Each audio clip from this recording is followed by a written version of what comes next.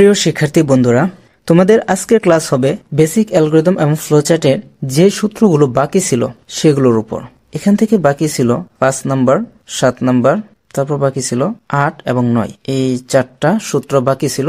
এগুলো আজকে তোমাদেরকে দেখায় দিব এগুলো কিভাবে করতে হয়। অবশ্যই তোমরা এর আগের ক্লাসটা যারা দেখছো নিজে নিজে করার চেষ্টা করছো, যাদের হয়েছে তারা কমেন্টে বলবা যে তোমরা নিজে নিজে করতে পারছো। আর যারা পারো নাই, সমস্যা নাই, আজকের ক্লাসে তো দেখাই দিব। তোমরা যারা আমার পূর্বের ক্লাসগুলো দেখো নাই, পূর্বের ক্লাসগুলো দেখে সামনের ক্লাসগুলো কন্টিনিউ করবা। আমি আশা করি তোমাদের আর পঞ্চম অধ্যায় কারো কাছে প্রাইভেট পড়তে হবে না, যদি আমার এই ক্লাসগুলো মনোযোগ সহকারে আর কি দেখো। আমি ওভাবেই ক্লাসগুলো দেওয়ার চেষ্টা করি যাতে তোমাদের আর অন্য কারো কাছে প্রাইভেট না পড়া লাগে। ওকে, তাহলে আমি মূল ক্লাসে চলে যাই। প্রথমে দেখো 5 নম্বর সূত্র, আয়তক্ষেত্রের ক্ষেত্রফল নির্ণয়ের অ্যালগরিদম এবং ফ্লোচার্ট। আয়তক্ষেত্রের ক্ষেত্রফল নির্ণয়ের সূত্র হলো দৈর্ঘ্য গুণ প্রস্থ। আমি এখানে তেমন কোনো কিছু কথা বলবো না, জাস্ট শুধু আনসার গুলো দিয়ে দিব, ঠিক আছে। আয়তক্ষেত্রের ক্ষেত্রফল নির্ণয়ের সূত্র হলো দৈর্ঘ্য গুণ প্রস্থ। ওকে, তাহলে কিভাবে করবা? প্রথম ধাপে কাজটা শুরু করবা, শুরু। দ্বিতীয় ধাপে অজানা মান দৈর্ঘ্য এবং প্রস্থের মাপ গ্রহণ, দৈর্ঘ্য ও প্রস্থের মাপ গ্রহণ, দৈর্ঘ্য ও প্রস্থের মাপ গ্রহণ। তৃতীয় ধাপে গাণিতিক সূত্রটা এখানে বসায় দিবা, দৈর্ঘ্য গুণ প্রস্থ, এভাবে বসায় দিব। 4 নম্বর ধাপে ফলাফল প্রদর্শন, ফলাফল প্রদর্শন। 5 নম্বর ধাপে শেষ। ওকে, ফ্লোচার্ট। শুরুর জন্য ডিম্বাকার চিত্র অঙ্কন করবা, শুরু। তারপর হচ্ছে কি অজানা মানের জন্য সামান্তরিকের চিত্র অঙ্কন করবা, লিখবা দৈর্ঘ্য ও প্রস্থের মাপ গ্রহণ। তারপর গাণিতিক জন্য আয়তক্ষেত্রের চিত্র, লিখবা দৈর্ঘ্য গুণ প্রস্থ। তারপরে কি লিখবা? ফলাফল প্রদর্শনের জন্য আবার সামান্তরিকের চিত্র অঙ্কন করবা, লিখবা ফলাফল প্রদর্শন। ওকে, 5 নম্বর ধাপে ইন, শেষ। এই তোমাদের যদি এটা 5 নম্বরটা হয়ে থাকে, নিজে নিজে করতে পারো, তাহলে কমেন্টে বলবা যে তোমাদেরটা হয়েছে।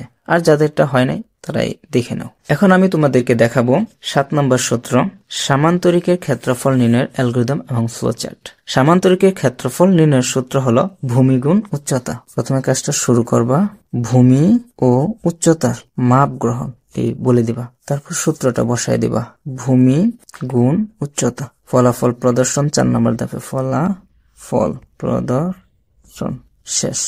এই শুরুর জন্য ডিম্বাকার চিত্র অঙ্কন করবা, অজানা মানের জন্য সামান্তরিকের চিত্র অঙ্কন করবা, লিখবা ভূমি ও উচ্চতার মাপ গ্রহণ। ওকে, তারপর আয়তক্ষেত্রের চিত্র অঙ্কন করবা, কিসের জন্য? ভূমি গুণ উচ্চতা, এই লিখে দিলা। তারপর কি লিখবা? আবার সামান্তরিকের চিত্র অঙ্কন করবা ফলাফল প্রদর্শনের জন্য, ফলাফল প্রদর্শন। ওকে, তারপর কাজটা শেষ করার জন্য এই ডিম্বাকার চিত্র শেষ করে দিবা। আরেকটা কথা বলি, আমার কাছে অনেক স্টুডেন্ট ছিল, তারা এই সামান্তরিকের চিত্রটা অঙ্কন করতে পারতো না। তারা অনেকেই এভাবে অঙ্কন করে ফেলতো, এভাবে দিত, দিয়ে সেটা এইভাবে টান মারতো। তাই তোমরা অবশ্যই চিত্রগুলো একটু খেয়াল করে আঁকানোর চেষ্টা করবা। হ্যাঁ, অনেকে ভুল করে ফেলে সামান্তরিকের চিত্রগুলা, এই যে ভুল করে ফেলে চিত্রগুলো, অনেকে ভুল করে ফেলে, ভুল করা যাবে না। হ্যাঁ, অনেকে দেয়, আমার অনেক স্টুডেন্ট ছিল এইভাবে দিয়ে সেটা এটা এইভাবে টান মারতো, তো এরকম ভাবে টান মারতো, এরকম ভাবে আঁকালে কিন্তু হবে না। হ্যাঁ, এই দুইটা যেন এই যে অর্থাৎ বাম দিকে চলে। হ্যাঁ, এই যে এগুলো একটু খেয়াল রাখার চেষ্টা করবা। ওকে, এখন আমি তোমাদেরকে দেখাবো 8 নম্বর সূত্র, বৃত্তের ক্ষেত্রফল নির্ণয়ের অ্যালগরিদম এবং ফ্লোচার্ট। হ্যাঁ, তাহলে দেখো, বৃত্তের ক্ষেত্রফল নির্ণয়ের সূত্র হচ্ছে পাই আর স্কোয়ার। যেহেতু এটা ইংরেজিতে করা, এখানে একটা ভেরিয়েবল আমরা ধরে নিব। কি ভেরিয়েবল ধরে নিব আমি বলে দিছি, যে গুণের জন্য তোমরা ধরে নিবা কি এরিয়া, আর ভাগের জন্য এভারেজ। ঠিক আছে, এই দুইটা জিনিস তোমরা নিতে পারো। এছাড়াও তোমরা অন্য কিছু নিতে পারো, সমস্যা নাই, তোমরা যে কোনো কিছু নিলেও সমস্যা নাই। আমি ধরে নিলাম কি এরিয়া, এরিয়া ইকুয়াল পাই আর স্কোয়ার বলে দিলাম। ঠিক আছে, তাহলে শুরুর জন্য স্টার্ট, START স্টার্ট। তারপর কি লিখবা? অজানা মান ইনপুট মান। তাহলে দেখো, তোমার এই সূত্রের ভিতর অজানা মান কোনটা? এই আর এর মান হচ্ছে কি অজানা, তাহলে শুধু লিখবা আর স্কোয়ার দিবা না। এখন এই যে গাণিতিক সূত্রটা যেভাবে লিখছো সেভাবে লিখে দিবা, এরিয়া ইকুয়াল। এখন দেখো, এখানে এভাবেও লেখা যায়। দেখো, এরিয়া অর্থাৎ 3 নম্বর স্টেপটা একটু খেয়াল করো, এরিয়া ইকুয়াল পাই আর স্কোয়ার এভাবেও লেখা যায়, এখানে যেভাবে আছে এভাবে লেখা যায়, কোনো সমস্যা নাই। অথবা এভাবে লেখা যায়, পায়ের মান আমরা জানি কি 3.1416। আমি তো তোমাদেরকে দিয়ে দিছি বা এটা বলে দিছি তোমাদের যে আগের ক্লাসে আমি বলে দিছি যে পায়ের মান কত। আর তোমরা তো অনেকে জানো যে পায়ের মান কত, যেহেতু তোমরা ছোট ক্লাসে 9-10 পড়ে আসছো, ঠিক আছে, এটা তো জানার কথা, অজানা বিষয় না। আর এরপরে যদি কেউ না জেনে থাকো তাহলে আমি বলে দিলাম যে 3.1416। তাহলে দেখো এভাবেও লেখা যায়, আবার এভাবেও লেখা যায় 3.1416, এভাবেও লেখা যায়, এভাবেও লেখা যায়। তারপর কি দিবা, ইন্টু আর স্কোয়ার, এই যে বলে দিলা এভাবে। ইন্টুকে আসলে মূলত স্টার চিহ্ন দ্বারা প্রকাশ করা হয়, এটা সি প্রোগ্রামে। এখানে আবার তো ব্যবহার করলে কোনো সমস্যা নাই, ঠিক আছে, এভাবে হবে, এভাবে হবে। কিন্তু সি প্রোগ্রামের ক্ষেত্রে কিন্তু অবশ্যই এইভাবেই লিখতে হবে। ওটা যখন সি প্রোগ্রামে যাব তখন সি প্রোগ্রামে অ্যালগরিদম এবং ফ্লোচার্টে কোনো সমস্যা নেই। তারপর কি, প্রিন্ট, PRINT, প্রিন্ট। এখন প্রিন্ট করবা এরিয়া, এরিয়া, যেহেতু তুমি ভেরিয়েবলটাকে তুমি ধরে নিছো ইন্ট। এখন দেখো ফ্লোচার্ট, শুরুর জন্য START স্টার্ট, অজানা মানের জন্য কি সামান্তরিকের চিত্র অঙ্কন করবা PUT ইনপুট আর। তারপর গাণিতিক সূত্রের জন্য তোমার আয়তক্ষেত্রের চিত্র এরিয়া এরিয়া ইকুয়াল, এখানে লিখতে পারো 3.1416 ইন্টু আর স্কোয়ার, এভাবে লেখা যায়। অথবা এই যে পাই আর স্কোয়ার, এভাবে দিলে হবে, এভাবে দিলে হবে, কোনো সমস্যা নাই, তোমরা যে কোনো একটা ব্যবহার করবা। ওকে, তারপর আউটপুট প্রদর্শনের জন্য প্রিন্ট, PRINT, প্রিন্ট হচ্ছে কি এরিয়া।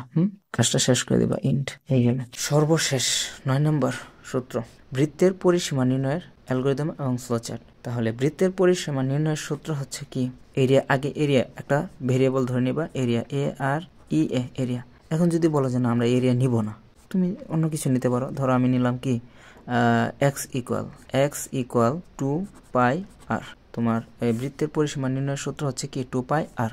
ওকে, তাহলে স্টার্ট ইনপুট ইনপুট হচ্ছে কি, এখানে অজানা মান হচ্ছে কত, শুধু আর নিবা। এখন গাণিতিক সূত্রটা বসাই দেবা, x ইকুয়াল 2 ইন্টু 3.1416 ইন্টু আর, এভাবে লেখা যায়, অথবা 2πr এভাবে লিখতে পারো, কোনো সমস্যা নেই, তোমার ইচ্ছা। প্রিন্ট, PRINT, প্রিন্ট, এই যে এখন নিব x, শুরু স্টার্ট, তারপর হচ্ছে কি ইনপুট, অজানা মানের জন্য কি নিবা PUT ইনপুট হচ্ছে কি আর, গাণিতিক সূত্রের জন্য নিবা x ইকুয়াল 2 ইন্টু 3.1416 ইন্টু কত আর নিয়ে নিলা। পরে হচ্ছে কি ফলাফল প্রদর্শন, প্রিন্ট, PRINT, প্রিন্ট হচ্ছে x ইন্ট। ওকে, আশা করি তোমাদেরকে বোঝাতে পারলাম। তোমাদের পরবর্তী ক্লাস থাকবে সি প্রোগ্রামের বেসিক ধারণার উপর। সো তোমাদের পরবর্তী ক্লাসগুলো দেখার আমন্ত্রণ রইল। যদি আমার এই ক্লাসগুলো তোমাদের কাছে ভালো লাগে তাহলে তোমাদেরকে বলবো, যারা ইউটিউব থেকে দেখতেছ তারা চ্যানেলটাকে সাবস্ক্রাইব করে দিবা এবং একটা গঠনমূলক কমেন্ট করে যাবা, তোমাদের কাছে ক্লাসগুলো কেমন লাগে একটু বলে যাবা। আর যারা ফেসবুক থেকে দেখতেছ তারা পেজটাকে ফলো দিবা, একটা লাইক দিবা এবং একটা কমেন্ট করে যাবা। ধন্যবাদ সবাইকে।